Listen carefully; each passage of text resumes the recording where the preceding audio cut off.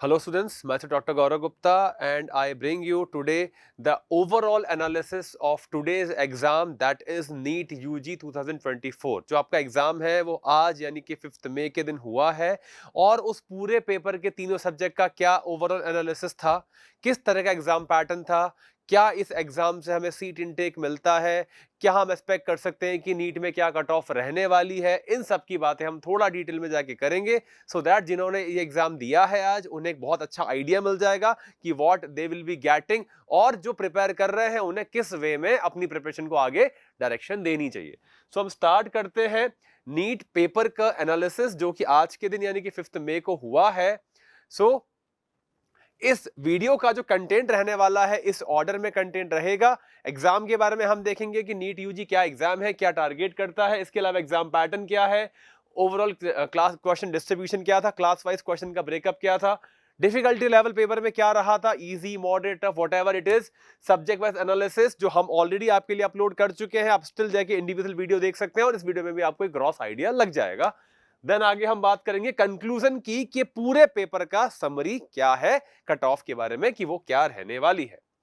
सो अगर हम देखें कि ये जो आपको पूरा आज के पेपर का डिटेल्ड एनालिसिस है कि ये क्या है, what is it, it is a detailed paper analysis of NEET UG exam by the pioneer coaching institute for NEET UG JEE and all science competitive exam that is Resonance Adventure limited. आगे बात करते हैं इसमें। ये इस साल का आपका एग्जाम था, ये टाइमिंग थे, टोटल आपको 200 मिनट्स का क्वेश्चन था, 200 मिनट्स का आपका पेपर था जिसमें 200 क्वेश्चंस आपको एड्रेस करने होते हैं। अगर हम इसमें देखें, ये नीट की ऑफिशियल वेबसाइट है। जो आपका मीडियम ऑफ क्वेश्चन पेपर था, प्रीडोमिनेटली 2 मीडियम होते हैं, हिंदी एंड इंग्लिश। इसके अलावा रीजनल कुछ लैंग्वेजेस होती हैं जिनमें भी ये पेपर अवेलेबल होता है। एलिजिबिलिटी क्राइटेरिया की अगर हम बात करेंगे तो सीबीएसई में ऑब्वियसली बात है आपको सब्जेक्ट ग्रुप पीसीबी ऑप्ट करना होता है। अलॉन्ग विद दिस इंग्लिश होनी चाहिए। एंड जो कट ऑफ क्राइटेरिया काउंसलिंग के लिए होता है, जनरल कैटेगरी में 50th percentile, not percentage, it is percentile. And reserve category में it is reduce down to the 40th percentile. अगर हम एनुअल इनटेक की बात करते हैं तो हमारे पास लगभग 4-5 तरह के सीट कोटास होते हैं, जिसमें अगर हम बोलेंगे तो all India quota, state quota, private medical college, central pool quota and AIIMS and JIPMER other deemed university जो सेंट्रल गवर्नमेंट ओन करती है। टोटल इंडिया में 695 अभी मेडिकल कॉलेजेस हैं गवर्नमेंट एंड प्राइवेट मिला के, जहां पे अगर हम देखेंगे तो 1,06,333 सीट्स ऑन रिकॉर्ड अभी अवेलेबल है। इसमें से 55,000 सीट अप्रोक्सीमेटली गवर्नमेंट कॉलेज की है, रिमेनिंग जो सीट्स है अप्रोक्सीमेटली 50,000 सीट वो प्राइवेट मेडिकल कॉलेज की है। और अगर हम इसमें देखें तो इसमें कई सारे कॉलेजेस, एम्स कॉलेजेस है, लाइक 20 कॉलेजेस में एम्स कॉलेज है, जिसमें आपका सीट ब्रेकअप अप्रोक्सीमेटली 2000 सीट आपके ओवरऑल एम्स कॉलेजेस में डिस्ट्रीब्यूटेड है। तो अब हम देखें तो ये आपके पूरे पेपर का ब्रेकअप था, स्टैंडर्ड पैटर्न था, physics, chemistry, botany, zoology. Physics में आपके पास आए थे 50 क्वेश्चन, सेक्शन ए में 35, सेक्शन बी में 15। लाइकवाइज हर सब्जेक्ट में सेम ब्रेकअप था। Section A is compulsory, section B में आपके पास चॉइस होती है, आप एनी 10 आउट ऑफ 15 अटेम्प्ट कर सकते हैं और पर क्वेश्चन आपको अवार्ड होते हैं 4 मार्क्स अगर आपने करेक्ट किया तो, अगर आपने नेगेटिव किया तो -1। इस तरीके से आपका पूरे क्वेश्चन का ओवरऑल ब्रेकअप रहता है। मैक्सिमम मार्क पेपर में रहते हैं 720 और टोटल आपको जो पेपर में क्वेश्चन एड्रेस करने होते हैं, आंसर करने होते हैं, इट इज 180। अगर आप 180 से ज्यादा एड्रेस कर देंगे तो भी आपके चेक 180 क्वेश्चंस ही होंगे।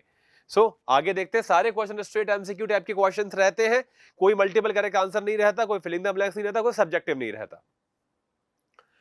यहां पे हम देखें ये मार्किंग स्कीम है, हमने इस ऑलरेडी डिस्कस कर लिया है। इस तरीके से अगर हम देखें कि ओवरऑल क्वेश्चन का जो डिस्ट्रीब्यूशन था कि क्लास 11 के सिलेबस से क्या पेपर कितना पार्ट था, 12 से कितना था, ओवरऑल परसेंटेज क्या था। जैसा मैंने आपको हमेशा बोला कि बायोलॉजी और केमिस्ट्री ये ओवरऑल ऐसे पार्ट्स होते हैं जहां पे 11th तो 12th इवनली डिस्ट्रीब्यूटेड होती है। आप देखें केमिस्ट्री में 24 क्वेश्चन 11th क्लास से थे, 26 क्वेश्चन 12th क्लास से थे। बायोलॉजी में भी आप देखेंगे तो ओवरऑल 52 क्वेश्चन 11th क्लास से थे, 48 क्वेश्चन 12th क्लास से थे। तो इट इज इवन, लाइक 48% 11 से, 52% 12 से, लगभग बराबर वेटेज था। फिजिक्स में, बिकॉज फिजिक्स में 11th में चैप्टर्स ही थोड़े कम है, या हम बोलेंगे कम वेटेज वाले हैं, बेसिक चैप्टर ज्यादा है जिनसे ज्यादा क्वेश्चन नहीं बनते, मेजर यूनिट्स आपके 12th क्लास में ही आती है। तो पेपर का डिस्ट्रीब्यूशन लाइक ये बहुत डबल सा रेशो आ जाता है कि 1/3 पेपर अगर 11 से आ रहा है तो 2/3 पेपर फिर आपका 12 से आ रहा है। तो इस तरीके से 34 और 66% इसका ब्रेकअप था। तो अगर हम बायोलॉजी और केमिस्ट्री की बात करते हैं, 11 12 आर इक्वली इंपॉर्टेंट। बस फिजिक्स के केस में 11 से क्वेश्चन कम आते हैं, पर 11th is more important because उससे सारे बेसिक आपके डेवलप होते हैं। आप 12th क्लास को कवर 11 के बेसिस पे ही कर पाते हो। तो पढ़ना तो पूरा है, इससे लास्ट मिनट में रिवीजन करना होता है। तो किसको हम ज्यादा वेटेज दें, 12th को या 11th को? तो फिजिक्स के केस में आप बोल सकते हो कि अगर स्टूडेंट को डिसेंट स्कोर करना है तो 12th पे ज्यादा एम्फेसाइज करना चाहिए। इस तरीके से ये अगेन उसका ग्राफिकल नोटेशन है कि 11 का वेटेज क्या था, 12th का वेटेज क्या था, तो हमने ऑलरेडी डिस्कस कर लिया है। यहां पे हम आगे आते हैं। अगर हम पेपर के डिफिकल्टी लेवल की बात करते हैं तो if we award 1 mark to the easy level and 3 mark to the difficult level तो मॉडरेट के हो जाएंगे 2। तो इस तरीके से अगर हमने डिफिकल्टी लेवल देखा तो इजी लेवल के जो क्वेश्चन थे केमिस्ट्री में, लगभग out of 50 26 question were direct easy question, straight line question, जिनको आप सीधे ही टिक कर सकते हैं, आंसर कर सकते हैं। फिजिक्स में 38 question out of 50 were easy. Biology में लगभग आधे क्वेश्चन, 56 क्वेश्चन या मोर देन हाफ इजियर थे। मीडियम लेवल की बात करेंगे तो 21 क्वेश्चन इजी थे, 10 क्वेश्चन मॉडरेट थे, और बायोलॉजी में 33 क्वेश्चन मीडियम लेवल के थे। टफर साइड में आप देखें तो बहुत कम क्वेश्चन टफ थे। लाइक केमिस्ट्री में 3 क्वेश्चन ही ऐसे थे जिनको हम बोल सकते हैं कि वो टफ थे, ज्यादा सोचना पड़ेगा, नेगेटिव के चांस ज्यादा थे। फिजिक्स में भी 2 क्वेश्चन थे।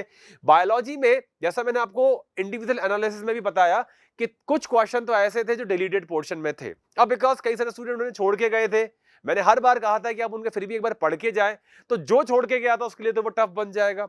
कुछ क्वेश्चन ऐसे थे जो कंट्रोवर्शियल क्वेश्चन है, एनसीईआरटी में भी उनकी लैंग्वेज थोड़ी सी गलत दे रखी है, कांसेप्ट थोड़ा गलत दे रखा है, still we will go with the NCERT, तो कंफ्यूजन क्रिएट कर सकते थे। कुछ क्वेश्चन ऐसे थे जो अनऑर्थोडॉक्स थे, पहले कभी नहीं आए, लेटेस्ट टाइप से उन्होंने बनाया था, पैटर्न कभी नहीं पूछा, उस कॉन्टेक्स्ट से क्वेश्चन कभी नहीं पूछा जिससे इस बार उन्होंने पूछा, लाइक इवोल्यूशन में से क्वेश्चन आया था, वो क्वेश्चन थोड़े से टफर साइड आ जाते हैं। तो इस तरीके से ये टफ थे।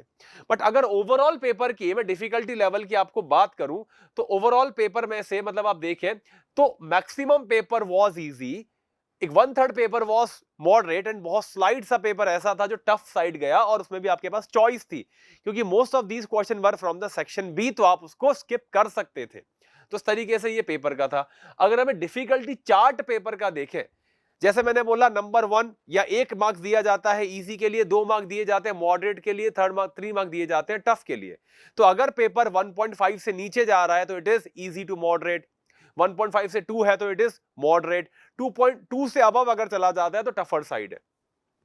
इस साल का जो पेपर का एनालिसिस आप देखें, 1.5 मार्क हमने दिए बायोलॉजी को, हमने डिटेल एनालिसिस के अकॉर्डिंग, 1.54 केमिस्ट्री, 1.28 फिजिक्स। तो ओवरऑल पेपर जो रहा 1.46, यानी कि इजी, या फिर हम बोलेंगे easy to moderate, just easy to moderate. जो 2023 की बात देखेंगे लगभग सेम था। 22 में थोड़ा सा टफ पेपर था तो थोड़ा सा ज्यादा था, 21 में, 20 में, 19 में लगभग आप देखें। सो पुराने टाइम में नीट थोड़ा टफ साइड हुआ करता था क्योंकि क्वेश्चन डिफिकल्ट आते थे, एनसीईआरटी के बाहर की भी चीजें आती थी, और पेपर थोड़ा सा डिटेल्ड आता था। बट अभी का जो पेपर है वो इजी टू मॉडरेट लेवल का आता है। तो स्टूडेंट को एक्यूरेसी चाहिए, स्पीड चाहिए, प्रिसाइज होना पड़ेगा, क्वेश्चन पढ़ते समय गलती नहीं करे, छोटा छोटा वर्ड में उन्होंने चेंज किया था, तो उस वजह से पेपर आपका गलत हो जाता है। पेपर इज वेरी इजी, गलत होने का रीजन है कि हम अच्छे से प्रेशर में उसको पढ़ नहीं पाते हैं, गलती कर देते हैं। जैसे क्वेश्चन था बायो में, मैं आपको बताऊं, वो गॉस एलिमिनेशन प्रिंसिपल का क्वेश्चन था, जहां पे दे रखा था कि डिफरेंट रिसोर्सेज और सेम रिसोर्सेज, पूरी लाइन कॉपी कर दी, सेम की जगह डिफरेंट रिसोर्सेज उन्होंने मेंशन कर दिया, तो वो क्वेश्चन आपका टफ बन गया, क्योंकि वो अगर आपने कीवर्ड मिस कर दिया तो आप फ्लो में गलत आंसर टिक करके आओगे। तो उस तरीके से क्वेश्चन आपके पास थे। देन अगर हम आगे जाते हैं तो ये वही डिटेल्ड एनालिसिस है कि किस पार्ट से क्या क्वेश्चन आए थे। ये ऑलरेडी हम इंडिविजुअल सब्जेक्ट के वीडियो में आपके लिए कवर कर चुके हैं। स्टिल मैं स्लाइड को मूव कर देता हूं तो आप गो थ्रू कर पाएंगे कि किस टॉपिक से क्या क्वेश्चन आए थे, उसका क्या वेटेज था। तो यहां पे इस तरीके से आप इस पूरे, मैं स्लोली इसको मूव कर रहा हूं सो दैट आप पूरा एक बार इसको पढ़ पाए। ये पीडीएफ आपको इस वीडियो के नीचे लिंक में भी मिल जाएगी, so you can download this PDF easily. तो इस तरीके से ये हर पार्ट का आपके पास डिटेल्ड में ब्रेकडाउन है कि किस टॉपिक से क्या क्वेश्चंस यहां पे पूछे गए हैं। ये वाला पार्ट आपका अब बॉटनी वाला पार्ट आ गया है, ये अभी वही पार्ट कंटिन्यू है, बॉटनी वाला पार्ट। यहां से हम आ जाते हैं कुछ जूलॉजी के सेक्शन के पेपर आ गए। तो ओवरऑल अगर मैं इस पेपर के कंक्लूजन की बात करूं, जैसा कि मैंने आपको कहा था, जो ओवरऑल पेपर था वो मॉडरेट टू इजियर पेपर था। नीट 2023 जो लास्ट ईयर का पेपर था वो इजियर पेपर था, इग्नोर दिस, वो 23 है, उसके कंपैरिजन हमने किया है। तो अगर मैं आपको बोलूं कि most of the question straight line थे, एनसीईआरटी से थे, गिवन कंटेंट से थे, दैट विल बी फाइन। कुछ क्वेश्चन मॉडरेट थे, जो क्वेश्चन टफर साइड थे, like 11 question, 2 question in chemistry, 3 question in physics, तो इस तरीके से वो एनालिटिकल थे। कैलकुलेशन टफ हो सकती है, कॉन्सेप्ट बहुत सिली मिस्टेक कराने वाला हो सकता है, अनएक्सपेक्टेड हो सकते हैं, तो वो हम एनालिटिकल बोलेंगे और उनको हम टफ बोलेंगे। तो इस तरीके से आपका पेपर का ब्रेकडाउन था। सबसे खास बात जो सब आप जानना चाहते हैं, जो आपकी क्यूरियोसिटी है कि सर कट ऑफ कितनी जाएगी, तो आई जस्ट कि इस ओवरऑल पेपर को देखते हुए, लास्ट ईयर के ट्रेंड को देखते हुए, मतलब मैं कंपेयर कर रहा हूं, जब मैंने नीट क्लियर किया था 2023 में 2013 में 2013 में मैंने नीट क्लियर किया था, तब से लेके आज तक 11 साल हो गए। मैं अगर पैटर्न को ऑब्जर्व करूं, जो कि मैं हर साल करता हूं, तो लगभग लगभग वो पैटर्न सेम ही है, सेम रेशो में ही आगे जाता है।